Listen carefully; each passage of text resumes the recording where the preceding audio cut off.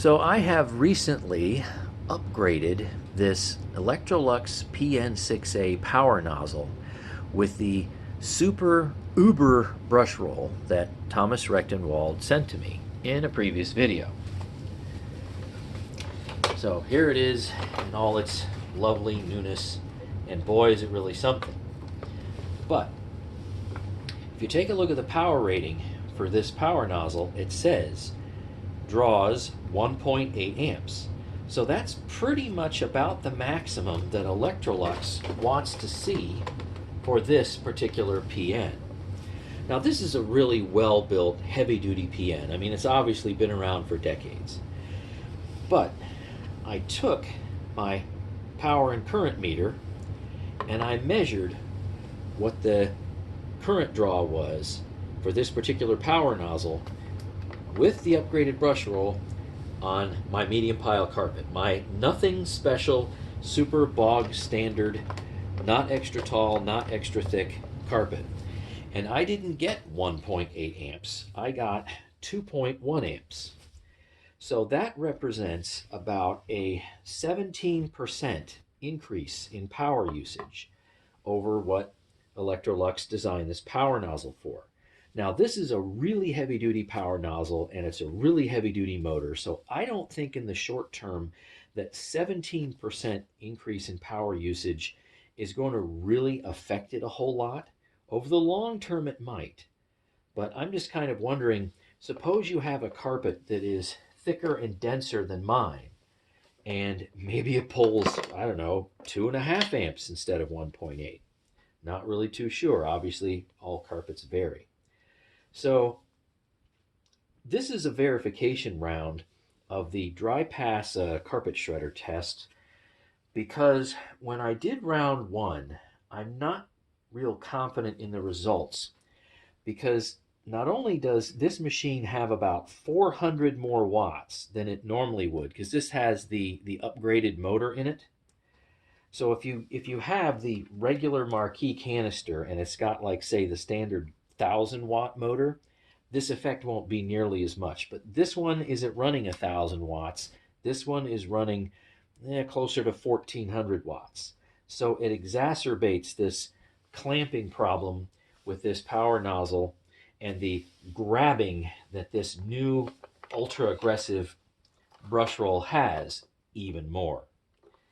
So I'm going to do the best job I can for round number 2, and we're going to see if I can get a measurement that's, I don't know, believable for an increase in agitation. But keep in mind, I got some stuff working against me right here. Okay, so we're going to start out with 54.34 grams. And I'll do the best job I can trying to keep this thing steady, but you're going to hear the initial brush roll speed bog way down when I do 10 passes. It's just unavoidable, especially when you have a machine drawing this much power.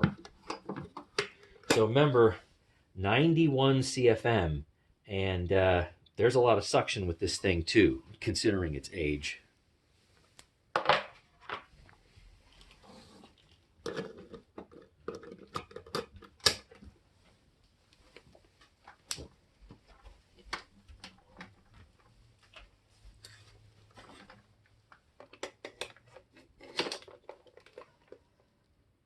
All right, making sure that's not going to fall over. Let me move the camera.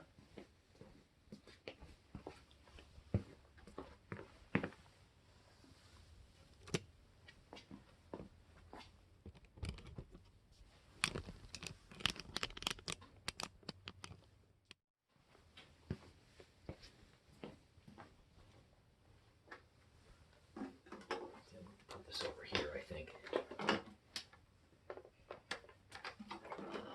Like that. So listen for the bog.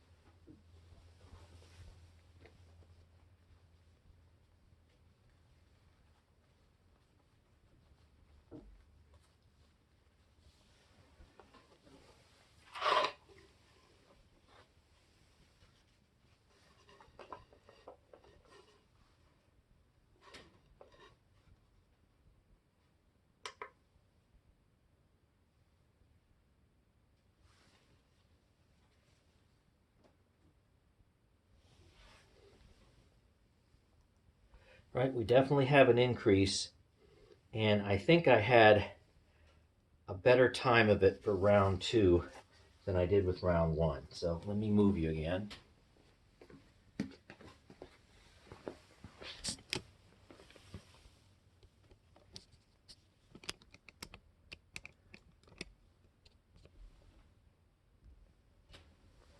So we started out with 54.34, and we ended up at 54.4.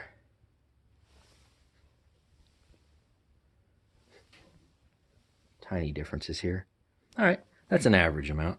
54.47 minus 54.34, and we have 0.13. There's the YouTube shot right there. We have 0.13 gram pickup, and that's a definite improvement from the previous one, which was 0.09. So it's definitely an improvement. And I had a little bit of an easier time for round number 2 getting this taken care of, because I was trying my best to make absolutely sure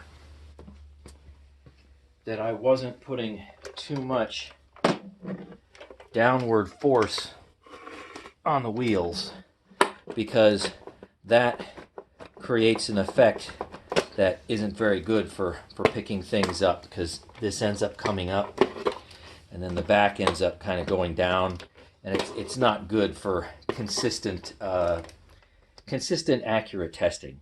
So yeah, I'm ready to basically say the 0.13 is what we're up to, but again, this definitely still bogs down. You could hear it. But anyway, it's a definite improvement with the new Brushroll. Thanks for watching, and stay tuned for more.